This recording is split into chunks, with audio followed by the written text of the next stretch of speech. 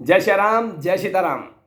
आस्था का महापर्व छठी मैया का जो कार्तिक मास में प्रारंभ होता है, आस्था का महापर्व छठ बहुत जल्द आरंभ होने जा रहा है। जो छठ का पर्व कार्तिक महीने के शुक्ल पक्ष की चतुर्थी तिथि पर नहाय खाए से शुरू होता है। पंचमी को खरना छठी और डूबते सूर्य को अर्घ्य और सप्तमी को उगते सूर्य को जल अर्पित कर व्रत संपन्न किया जाता है। 4 दिन चलने वाला इस पर्व में सूर्य और छठी मैया की पूजा की जाती है। इस दिन रखा जाने वाला व्रत बेहद कठिन माना जाता है, क्योंकि इस व्रत को 36 घंटों तक कठिनाई और कठिन नियमों का पालन करते हुए रखा जाता है। इस वर्ष छठ पर्व की पूजा 17 नवंबर 2023 से हो रही है, जिसका समापन 20 नवंबर को होगा। बिहार में यह पर्व विशेष तौर पर बहुत ही हर्षोल्लास के साथ मनाया जाता है। इस व्रत का लाभ संतान के सुखी जीवन की कामना के लिए माताएं करती हैं और छठी मैया का पर्व षष्ठी तिथि से 2 दिन पहले यानी चतुर्थी तिथि से नहाय खाए से आरंभ हो जाता है और इसका समापन सप्तमी तिथि को पारण करके किया जाता है। छठ पर्व पूरे 4 दिनों तक चलता है। इस पर्व में मुख्यतः सूर्यदेव को अर्घ्य देने का सबसे ज़्यादा महत्व माना गया है। तो चलिए जानते हैं कि छठ पूजा की तिथियां, अर्घ्य का समय और पारण समय क्या है,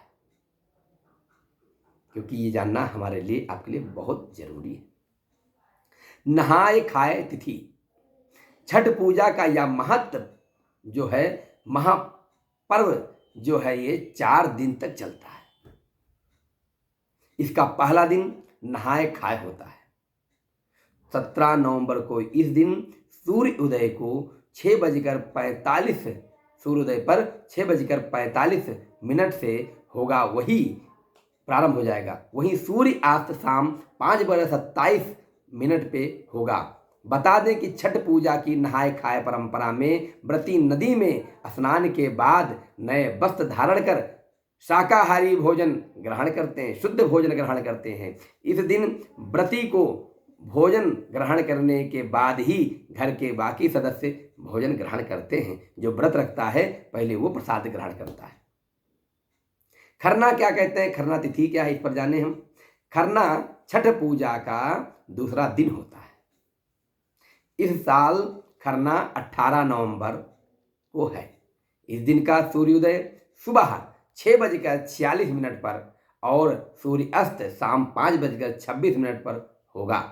खरना के दिन व्रती एक समय मीठा भोजन करते हैं। इस दिन गुड़ से बनी चावल की खीर खाई जाती है। इस प्रसाद को मिट्टी के नए चूल्हे पर आम की लकड़ी से आग जला करके बनाया जाता है। इस प्रसाद को खाने के बाद व्रत शुरू हो जाता है। इस दिन नमक नहीं खाया जाता है, नमक निषेध माना गया है। संध्या अर्घ का समय और छठ पूजा पर सबसे महत्वपूर्ण दिन तीसरा होता है। इस दिन संध्या अर्घ का होता है, संध्या अर्घ का होता है। इस दिन व्रती घाट पर आकर के डूबते सूर्य को अर्घ्य देते हैं। इस साल छठ पूजा का संध्या अर्घ्य 19 नवंबर को दिया जाएगा। 19 नवंबर को सूर्य अस्त शाम 5:26 पे होगा। इस दिन टोकरी में फलों का फल लेकर आएंगे, ठेकुआ लेकर आएंगे, चावल के लड्डू बनाकर लाएंगे आदि। अर्घ के सूप को सजाया जाता है। इसके बाद नदी का तालाब में कमर तक पानी में रहकर अर्घ दिया जाता है। कमर में पानी जो होता है, कमर पानी, उसमें सूर्य भगवान को अर्घ दिया जाता है। उगते सूर्य को अर्घ चौथा दिन यानी सप्तमी तिथि छठ महापर्व का अंतिम दिन होता है। इस दिन उगते सूर्य को अर्घ देने के बाद व्रत का पारण का होता है। इस दिन जब हम अर्घ दे देते हैं उसके बाद पारण करते हैं।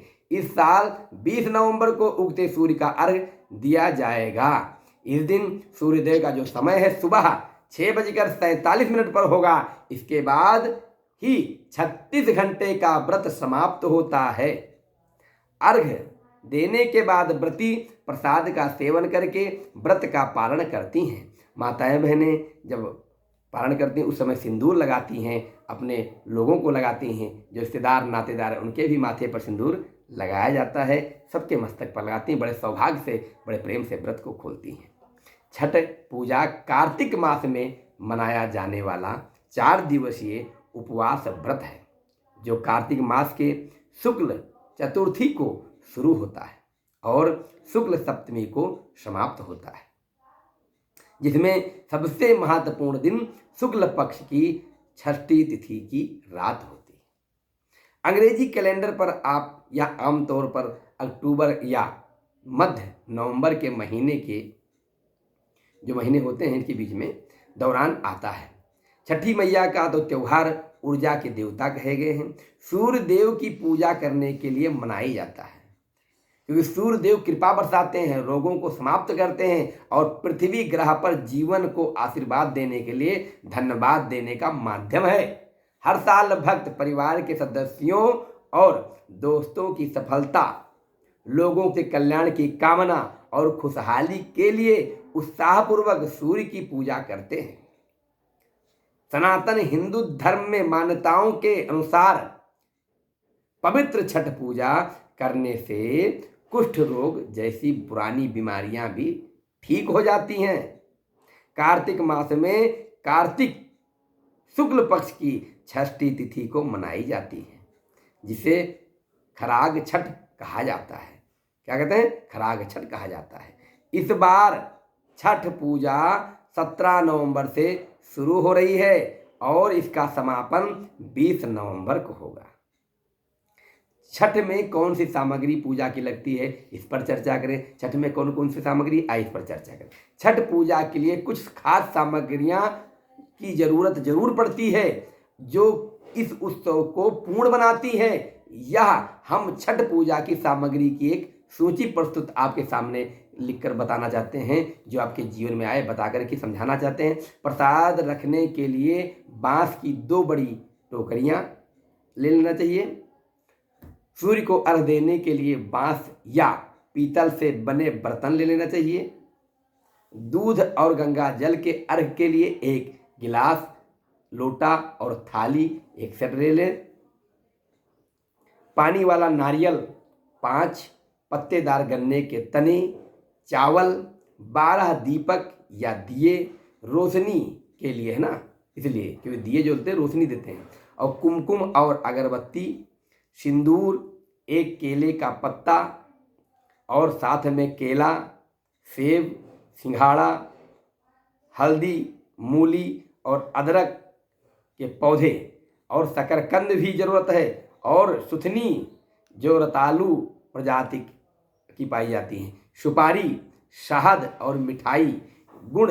छठी मैया को प्रसाद बनाने के लिए चीनी की जगह पर गुड़ का उपयोग किया जाता है। ध्यान रखिएगा, चीनी नहीं, गुड़ का उपयोग करिएगा। गेहूं और चावल का आटा, गंगा जल और दूध, ठेकुआ बनाया जाता है। माताएं बड़े प्रेम से बनाती हैं। छठ पूजा विधि हम इस पर चर्चा करें, कैसे करना है। पहले दिन नहाए खाए छठ पूजा शुरू।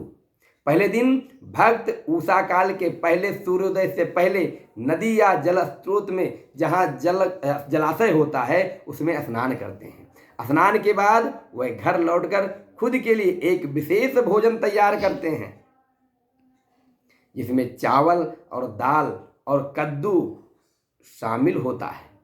इस भोजन को सूर्यदेव को चढ़ाया जाता है और भक्त दिन भर उपवास करते हैं। दूसरा नियम, दूसरे दिन क्या करना है? लोहड़ा और खरना बिना पानी के व्रत। दूसरे दिन भक्त निर्जल उपवास करते हैं, जिसे निर्जला कहते हैं।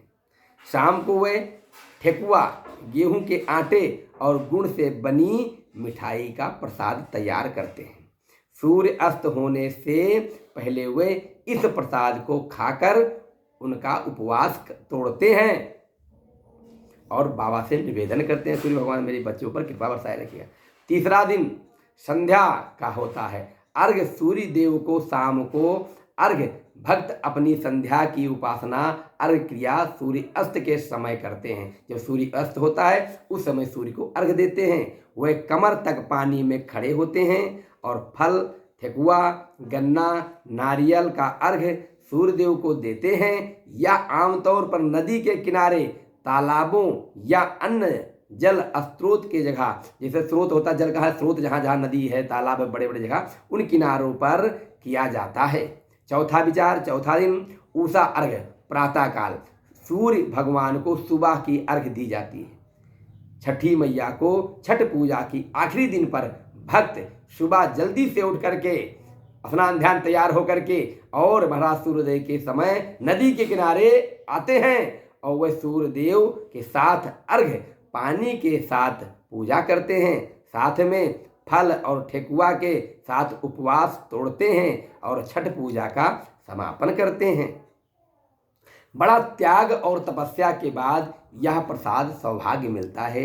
इसलिए हे छठी मैया, सभी के ऊपर ऐसे कृपा बरसाए रखना, सभी की मानव कामनाओं को पूर्ण करना, सभी के जीवन में कोई दुख हो उसे दूर करना। छठी मैया बार बार यही निवेदन है कि सबका कल्याण करो। जय छठी मैया, जय सूर्यदेव भगवान, सभी को जय श्री राम, जय सीताराम।